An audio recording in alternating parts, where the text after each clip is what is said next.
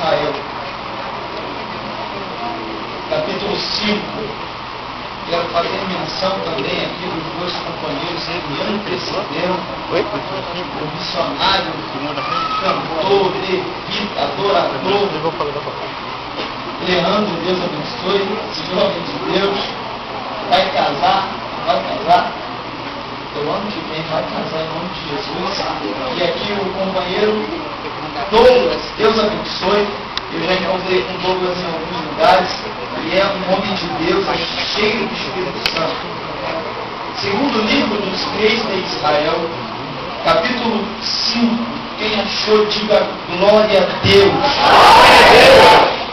E Naamã, chefe do exército do rei da Síria, era um grande homem diante do seu Senhor e de muito respeito, porque por ele o Senhor dera livramento aos sírios. E era este varão homem valoroso, porém leproso. E saíram tropas da Síria e da terra de Israel, levaram presa uma menina, levaram presa uma menina que ficou ao seu serviço, da mulher de Naamã. E disse esta a sua senhora: tomara, em outras traduções diz Oxalá, que o meu senhor estivesse diante do profeta que está em Samaria, e ele o restauraria da sua lepra. Então entrou Naamã e notificou ao seu senhor, dizendo: assim e assim falou a menina, que é da terra de Israel. Antes de se assentar, segure na mão desse crente que está ao seu lado, desta pessoa que está ao seu lado, e diga para ele e para ela, antes de se assentar, segure na mão dele e dela, e diga para ele e para ela: esta noite, diga, nesta noite, a sua vitória vai ser do tamanho do teu glória. Vamos ser assim com Deus.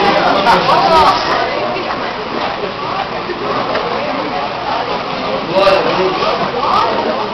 Antes de repartir com os irmãos aquilo que Deus tem me entregado essa noite, eu queria apresentar para os irmãos alguns materiais. Quem está me ouvindo, diga amém. Eu trouxe aqui dois livros para quem gosta de ler.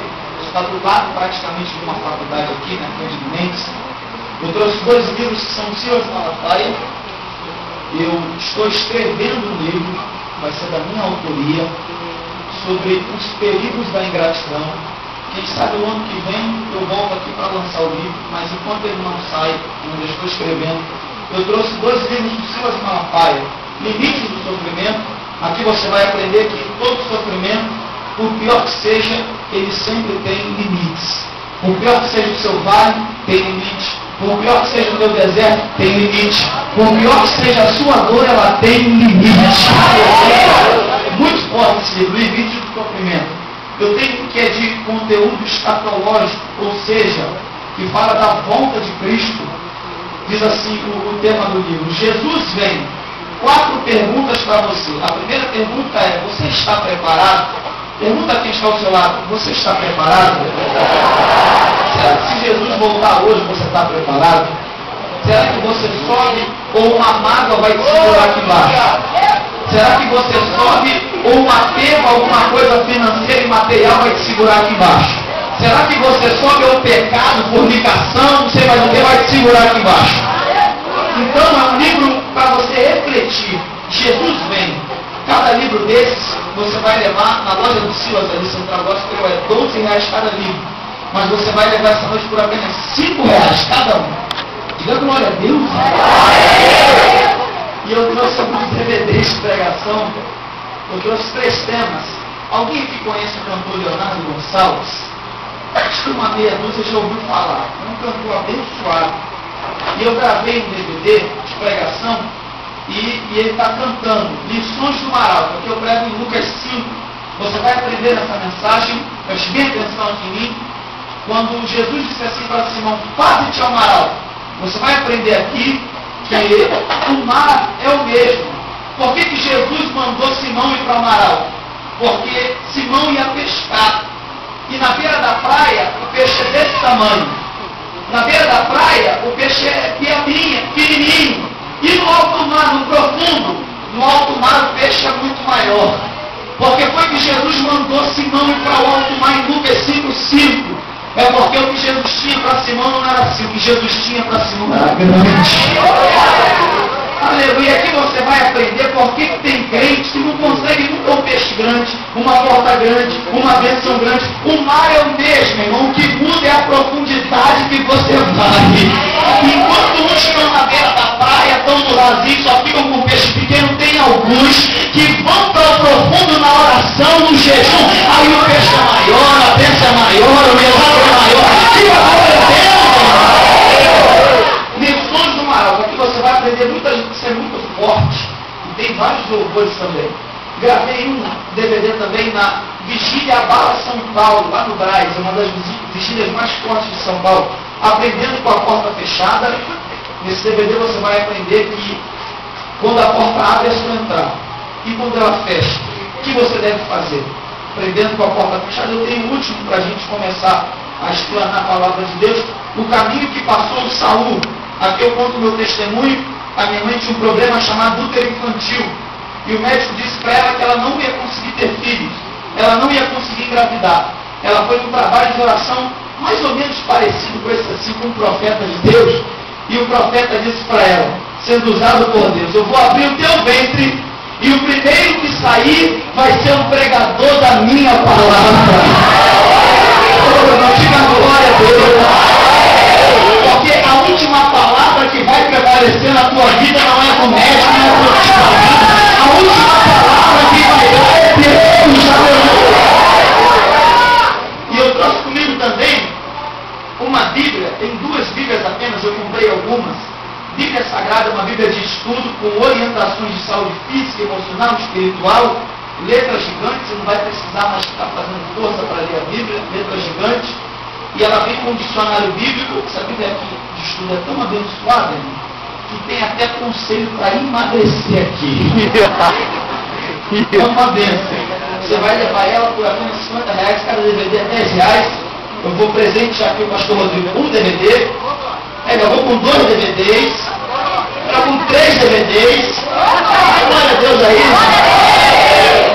Deus abençoe os irmãos. Quantos aqui querem ouvir a palavra de Deus?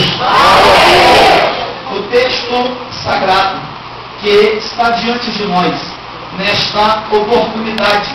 Esse texto que está no 2º livro dos Reis de Israel, capítulo de número 5, dos versos 1 ao verso de número 4, é um texto que nos conta uma breve história, porém uma história muito contundente, uma história que, se nós formos analisar as minúcias, nós vamos perceber e vamos extrair dela algumas lições preciosíssimas para a nossa vida.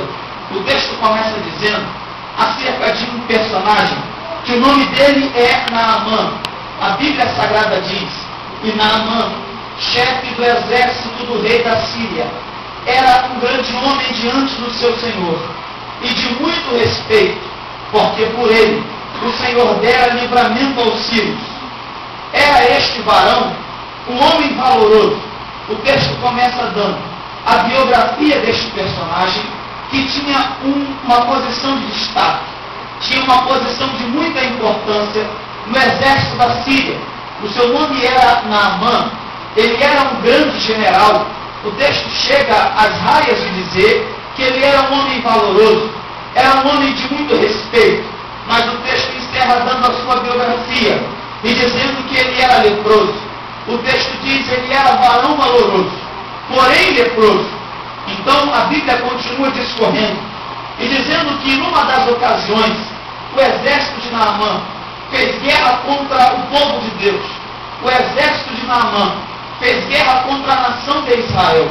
A Bíblia Sagrada diz, no versículo 2, e saíram tropas da Síria e da terra de Israel, levaram presa uma menina que ficou a serviço da mulher de Naamã, numa dessas empreitadas da tropa de Naamã, num desses ataques da nação da Síria, do exército de Naamã, diz o texto sagrado, que eles entraram em Israel e levaram presa de Israel uma menina.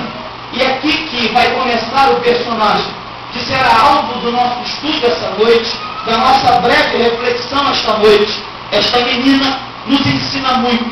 Esta menina me ensina muito. Esta menina que não tem um nome conhecido na Bíblia, que não tem todo um histórico de biografia divulgado.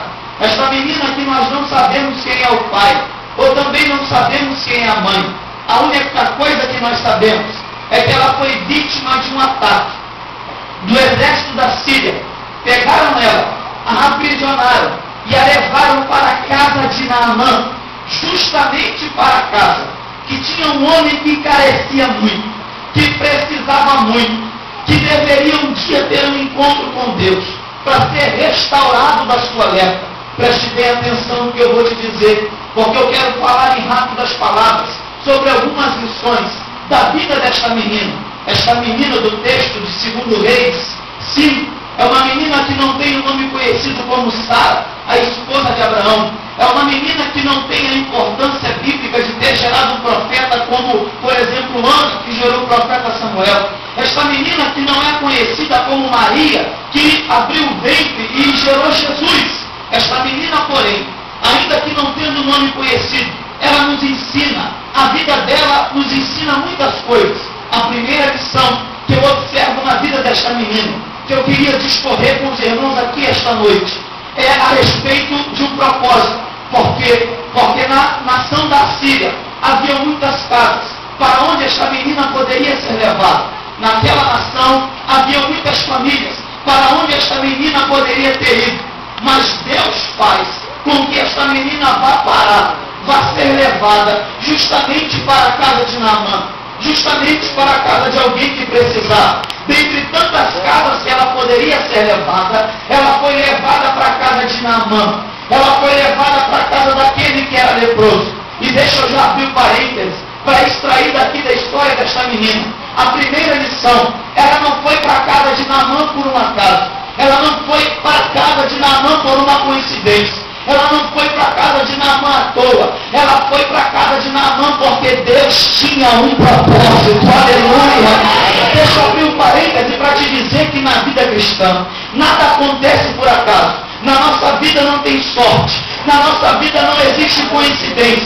Na vida do crente existe propósito de Deus. Aleluia, glórias a Jesus. Eu vim te dizer que Deus tem um propósito para a tua vida. Eu vim dizer-te que Deus tem um propósito para a tua família.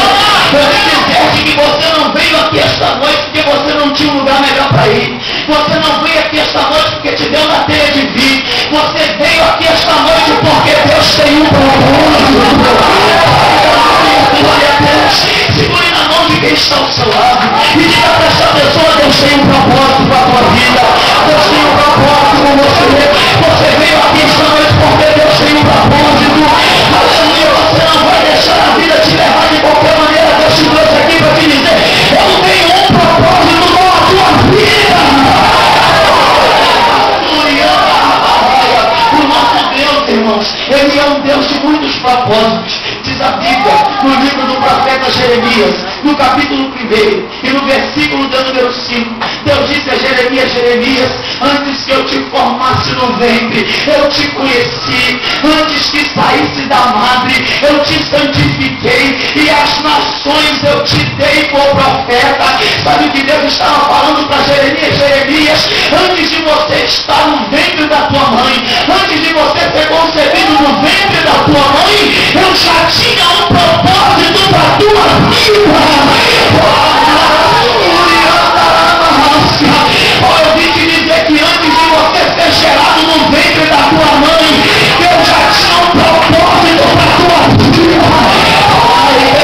Segura a mão do crente que está ao seu lado, porque eu não vou te cansar aqui esta noite. Eu vim te dizer que o diabo não tem nada contigo, irmão, porque Deus tem um propósito na tua vida.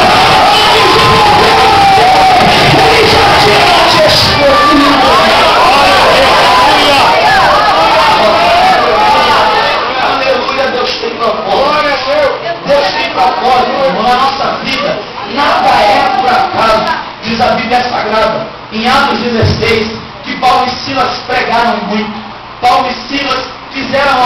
Deus tentaram fugir quando tentaram os aprisionar. Diz a Bíblia que conseguiram prender Paulo e Silas. Diz a Bíblia que chicotearam Paulo e Silas. Diz a Bíblia que Paulo e Silas sofreram muito. Tudo porque Deus tinha um propósito. Qual era o propósito de Deus com Paulo e Silas na prisão?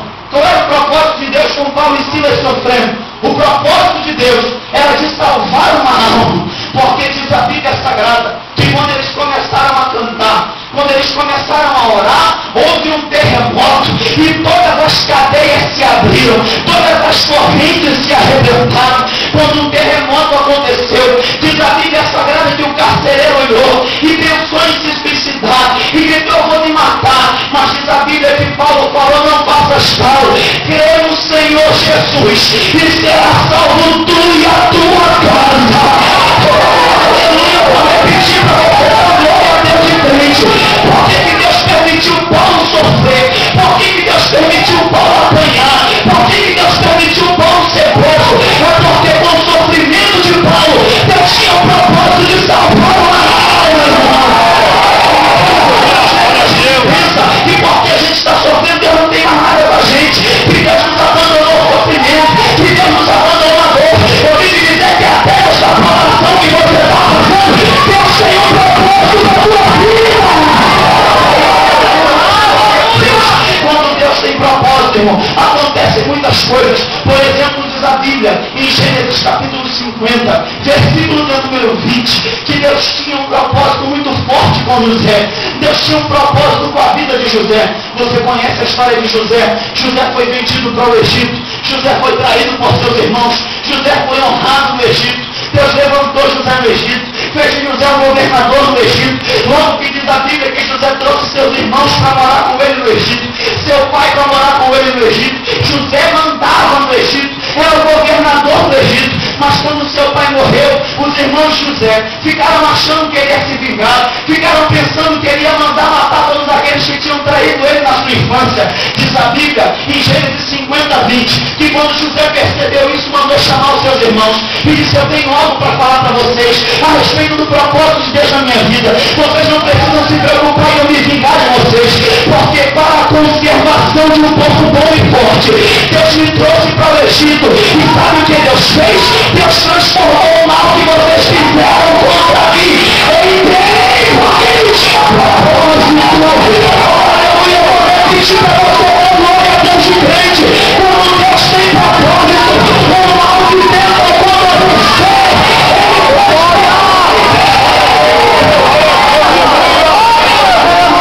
segura na mão desse crente, levante a mão dele para o céu, porque eu não sei se alguém fez alguma obra de macumba, de feitiço, inveja, olho grande, tomando a boca do céu para poder profetizar, de todo mal que levantarem contra você, Deus vai transformar em bem.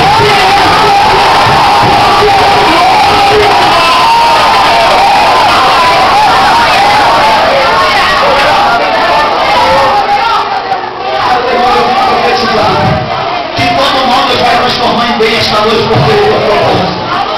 Aleluia, se tentaram fechar uma porta, Deus está falando: eu vou abrir 10. Se tentaram tirar a alta, todo mundo está falando: eu vou te dar algo melhor.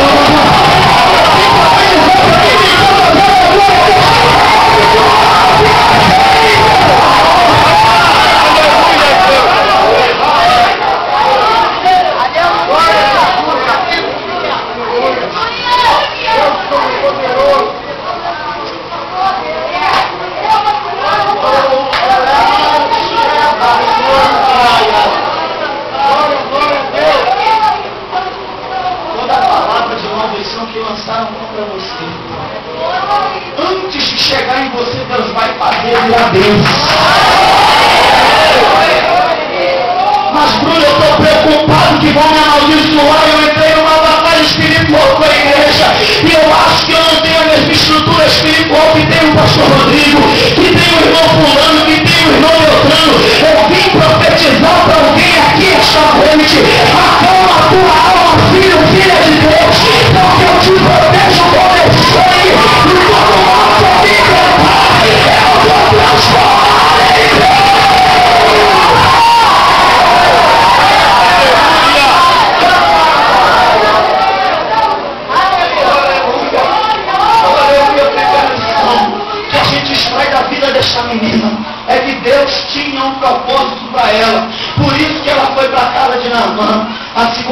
questão é que a Bíblia Sagrada diz que a menina identificou que Naamã era leproso.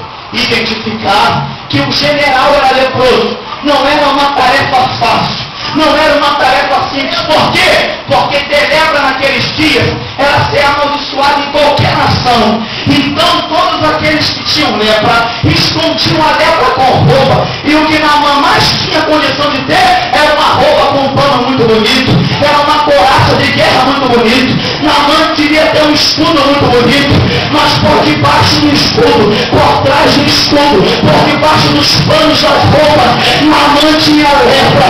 E a menina não viu somente o brilho da couraça, o brilho da espada de Naamã, o brilho do escudo de Naamã, ou o brilho dos panos da roupa que Naamã usava.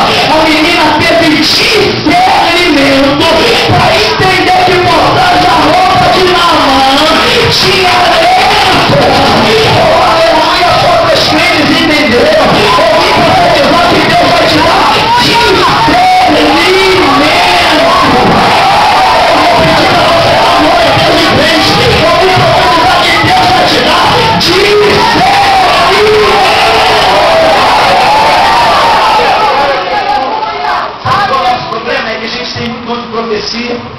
Dom de revelação, dom de língua estranha, e às vezes nos falta discernimento. Se você tivesse discernimento, você não entraria em tanta furada que você já entrou. Se você tivesse discernimento, você não entraria em tanta encrenca que você já entrou. Se você tivesse discernimento, você evitaria problemas de relacionamentos furados que você já chorou. Eu te trouxe aqui para te dizer, eu preciso, e você tem que receber esta noite discernimento espiritual.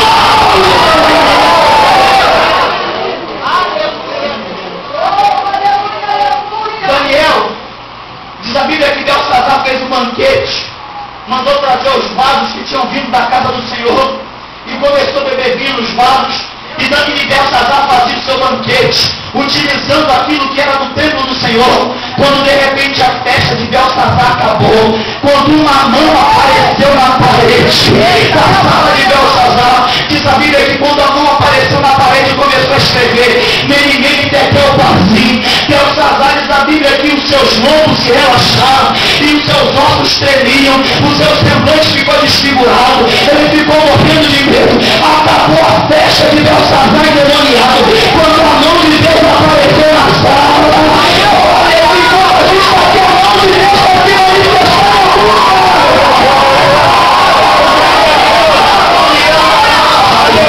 A Bíblia que a mão escreveu, ninguém entendeu o barzinho. Belsazar ficou desesperado e mandou chamar os astrólogos, mandou chamar os magos, mandou chamar os adivinhos, mandou chamar os encantadores. E Belsazar disse: quem aí pode ler essa escritura? E diz a Bíblia que todos conseguiam ler a escritura na parede, mas ninguém conseguia discernir, ninguém conseguia revelar, ninguém conseguia discernir o que significava aquela escritura. Então a mãe de Belsazar entrou e disse: Belsazar, há um homem no teu reino que tem o espírito dos deuses santos. Aleluia, eu ouvi ler Daniel. Belsazar mandou chamar Daniel e disse: Daniel, você pode ler o que está escrito na parede? Eu posso ler, todos os magos podem ler. Aí Belsazar perguntou: mas você pode me dizer o que significa isso? Você pode discernir o que significa isso? E diz a Bíblia que Daniel leu na presença de todos e disse: isso aqui significa: nem perdeu o barzinho, pesado o poste na balança, e a chave